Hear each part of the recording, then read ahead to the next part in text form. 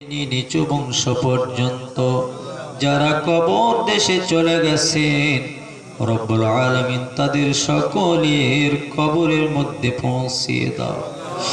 রব্বুল আলামিন এই মেহফিলে এমন এক শ্রেণীর মানুষ বসে আছে আল্লাহ, হায় আল্লাহ,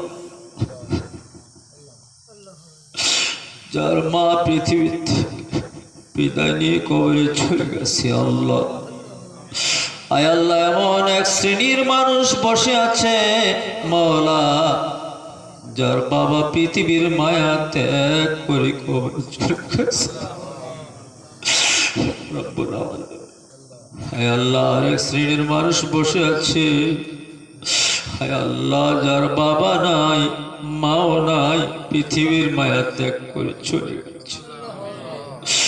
রব্বুল আলামিন আমাদের সকলের বাবা মায়ের কবরের মধ্যে সওয়াবগুলো পৌঁছিয়ে দাও।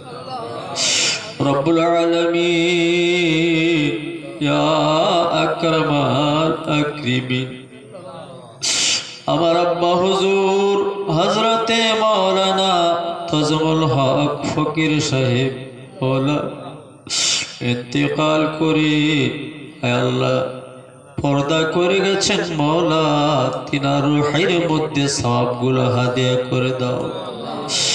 রব্বুল আলামিন ইয়া আকরামাল আকরামিন, মওলা এই মেহফিলকে উদ্দেশ্য করে তোমার বান্দা বান্দিরা যথেষ্ট সহযোগিতা করেছে আল্লাহ, আয় আল্লাহ, এত এলাকার আমার আব্বাজান, আমার ভাইজানেরা, আমার আম্মা ও স্নেহের বোনেরা, আল্লাহ তিনাদের মহামূল্যবান সময় এখানে দিয়েছেন আল্লাহ।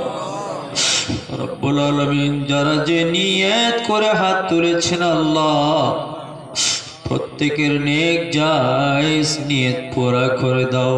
প্রত্যেককে বিপদ আপদ বালা মুসিবত মুক্ত করে দাও আল্লাহ। প্রত্যেককে শান্তি শৃঙ্খল জীবন যাপন করার তৌফিক দাও রব্বুল আলামিন। আমি নগণ্য গুনহগার খাতাকার বাদকার সিয়াকার মাওলা, আয় আল্লাহ, এই পবিত্র মেহফিলের মধ্যে আলিমে হক্কানি আমার পরম বন্ধু হযরত মাওলানা হাফিজ ও কারি জাহাঙ্গীর আলম সাহেব উপস্থিত রয়েছেন। আমাদের